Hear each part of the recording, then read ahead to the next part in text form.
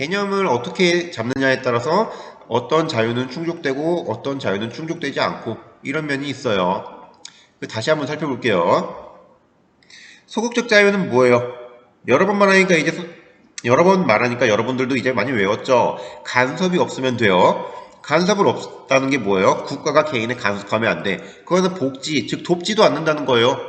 도와주지도 마. 네가 그 사람을 돕는 거는 그 사람의 자유를 침해하는 거야. 그러다 보면은 왜 불평등이 심화되냐? 정말로 애초에 능력이 부족한 사람들은 그 능력을 발휘하지도 못할 거고, 능력이 많은 사람들은 간섭 안 해도 자기들이 능력 잘 발휘해서 잘 먹고 잘 사니까 잘 사는 사람과 못 사는 사람의 차이가 커지죠. 이게 소극적 자유 간의 문제예요. 적극적 자유를 볼까요? 의지의 실현을 자유라고 생각하죠. 어떤 사람이 하고 싶은 거를 할 수 있어야 돼요. 그러려면 능력이 없는 사람도 하고 싶은 바를 이룰 수 있도록 도와줘야 됩니다. 자, 그러려면 복지가 필요해요. 자, 위에 소극적 자유랑 차이죠? 반대되죠? 그러다 보면은 세금을 반드시 징수해야 됩니다. 못 사는 사람들을 도와주려면 돈이 필요하니까. 그러려면은 다른 사람의 소유를 침해하게 되죠. 소유는 내가 돈을 소유해요. 그러면 내 자유도가 올라갈까요? 내려갈까요?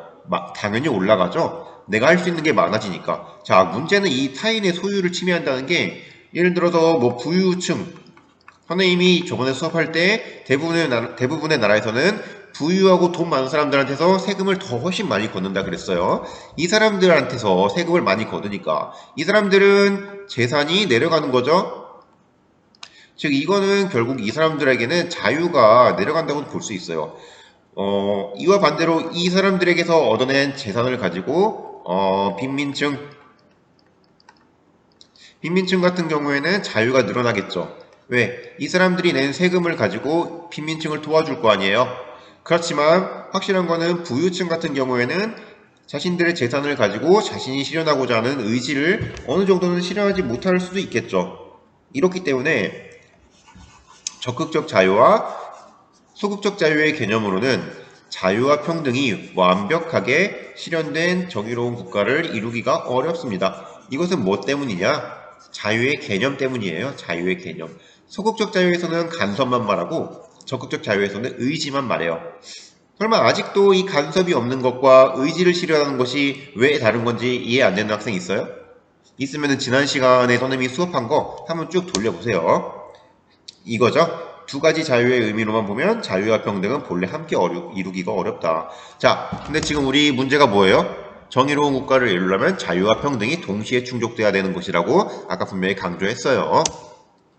자, 오늘 배울 내용은 이겁니다. 공화주의의 자유라는 거예요. 공화주의의 자유. 뭐 어려운 말일 수도 있어요. 오늘 배우는 내용이 여러분들이 지금까지 배웠던 자유 개념 중에서 제일 어려울 거예요. 어려운 내용이지만 그래도 한번 잘 따라와 봅시다. 자, 먼저 의미 볼게요. 자, 의미. 어떤 인간이 있어요. 인간이 다른 인간의 자의적 지배에 종속되지 않는 것. 이게 자유예요. 종속되면 안 돼요. 종속의 핵심이에요. 종속. 종속이 핵심이에요. 뭔 속? 종속. 그 저번에 다른 두 가지 있죠. 적극적 자유랑 소극적 자유 있죠. 그리고 이 공화주의의 자유를 공이라고 해볼게요. 적극적 자유에서 핵심은 뭐예요? 의지죠. 소극적 자유에서는 간섭, 공화주의 자유에서는 종속. 이것들이 핵심 키포인트예요. 이것들만 알아두면은 이 세 가지 자유의 개념을 이해하는데 어려움이 없어요. 아, 오늘 배울 내용은 교과서엔 나오지 않아요? 알고 있나요? 자, 쉽게 설명해 줄게요. 이 자의적 지배에 종속되지 않는 것. 이걸 쉽게 설명해 줄게요. 한마디로 말해서 어떤 인간이 다른 인간을 자기 마음대로 다스리지 못하는 거예요. 예를 들어 줄게요. 자, 교사가 있어요. 교사는 뭐 하는 사람이에요? 가르치는 사람.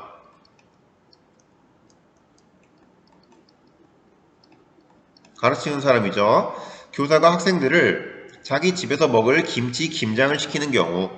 자, 도덕 선생님이 다민반 학생들을 데리고 선생님네 집으로 갑니다. 그리고 선생님 가족들이 먹을 김치를 담그라고 지시합니다.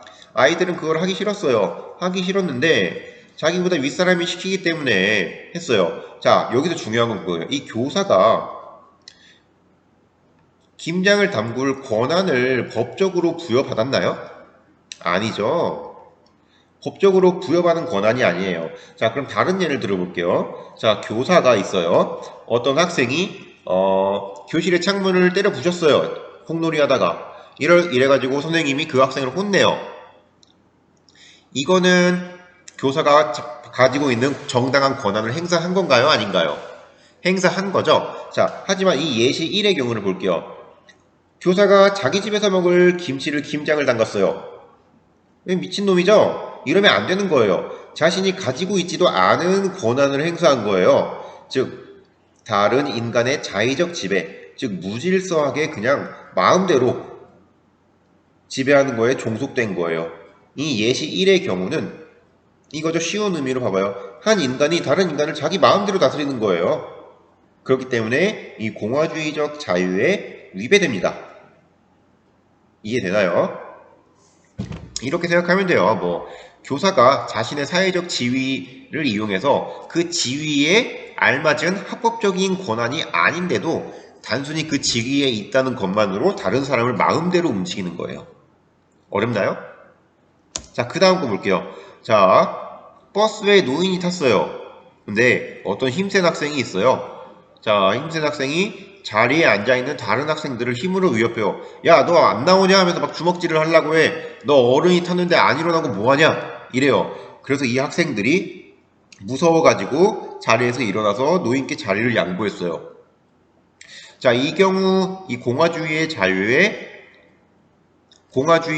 실현한 걸까요? 아니면 이 자유를 제한당한 걸까요? 이 학생들 같은 경우 제한당했습니다. 왜일까요? 자, 법적으로 봤을 때 사실 노약자석은 양보하기를 그냥 바라는 거지 양보를 안 한다고 해서 법적으로 처벌을 할 수는 없어요.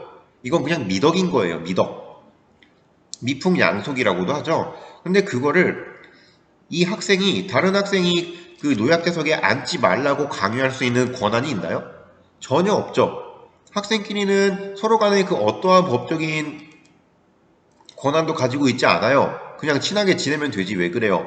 그런데 힘으로 위협해서 노인께 자리를 양보하게 했어요. 자, 이거는 공화주의의 자유에 비춰봤을 때 이 다른 학생들 있죠? 이 학생들은 자신의 자유를 침해당한 거예요.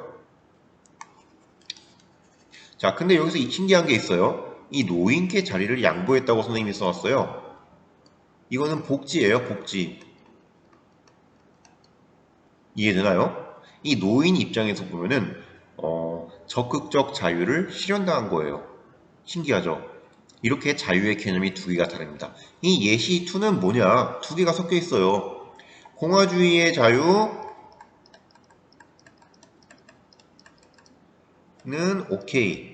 근데 적극적 아니지. 공화주의적 자유는 X.